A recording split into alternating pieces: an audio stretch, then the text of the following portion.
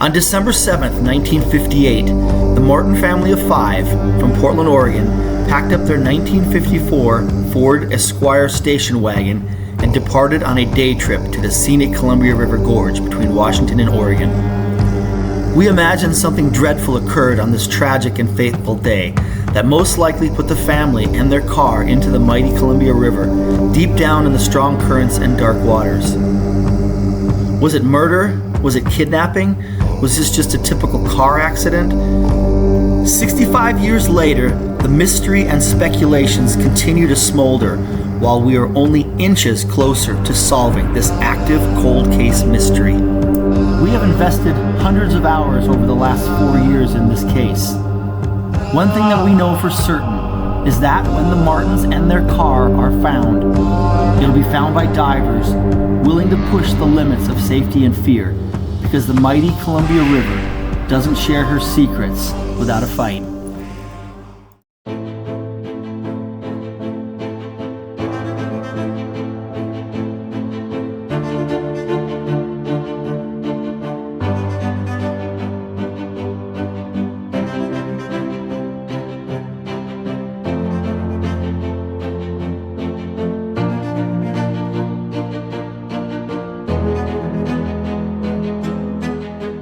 Kenneth Martin navigated the quiet early morning streets of Portland while his 3 girls chattered and giggled in the back seat. Their mother Barbara was on a mission to find greenery for Christmas decorations around the house. Christmas time meant everything to this family. As they made their way east towards Hood River, Oregon on Interstate 84, we can only imagine the excitement and anticipation that was felt by the family as they started this day of exploration. These are the times that bring families together to create memories that last a lifetime. Unfortunately, the Martin family and their car would never be seen again, and the 1954 Ford Esquire station wagon would disappear with only a few clues and be lost in time and forgotten by most of the world. 65 years later, we are still no closer to solving this disappearance. Only 2 of the victims' bodies would surface. Susan and Virginia mysteriously floated to the surface, and both within a couple days of each other, offering even more speculation and conjecture. Days turned to months, and months turned to years. Rumors and armchair detectives have driven the story even deeper into the Columbia River, but 3 of the family members and the car have never been found. At this point of the Martin family mystery, finding the car seems almost impossible after 65 years. Yet the people who say something is impossible should not interrupt the people who are doing it. There have been multiple books written, documentaries released, YouTube productions, and even movies in the works around this unsolved mystery and cold case file. This disappearance has become legendary over the last 65 years. We could focus our efforts and rehash 65 years of speculation and theory. Instead, we're putting our efforts into what others never did well, searching and discovering. Our goal is to complete the mission using advanced technology and diving skills. When the Martins went missing, it triggered one of the largest searches in Oregon's history. This case presents evidence of foul play, abduction, kidnapping, murder, a bloody gun, phantom sightings, and even conspiracy theories that take you down the rabbit hole. Search and discovery doesn't go down rabbit holes. We dive where others haven't looked, and we find what others have lost. Recently, we investigated an underwater Oregon trail disaster, and we came back with flintlock rifles and provisions lost by pioneers. You'd think we could easily find a car. To find the Martins, we boiled down this entire mystery to the most logical spot they disappeared into the Columbia. We didn't use complicated statistics or probability formulas. We used Occam's razor principle, which states, if you have 2 competing ideas to explain a mystery, you should pick the simplest one. That puts the Martin car located below the cliffs near the Google building in the Dalles, Oregon. It's here where we will find the car. Early January 1959, about 1 year after the car went missing, Portland amateur detective Donald Bain was searching the banks of the Columbia and found tire tracks and paint scrapings at this cliff site in the Dalles. The tire tracks went off the cliff and there were no signs of it returning. Paint was recovered and matched the cream-colored 1954 wagon that went missing. This same year, scuba divers dove the cliff site in the Dalles, but the Columbia doesn't give up her secrets. These vintage divers, or skin divers as they were called back in the day, had no chance against the currents, gill nets, and hazards in this location. Their equipment was rudimentary and a death trap, and they were heroes for even attempting to search. In 2018, I found evidence that one of these divers must have had an emergency and jettisoned his weight belt.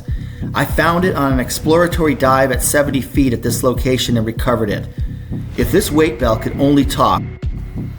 Recently, we revisited the Martin site just to confirm that a car could actually be driven or pushed off this cliff. A lot has changed since 1958, including the addition of this chain link fence. Fortunately, we were able to make short work of the lock, and we went in to verify.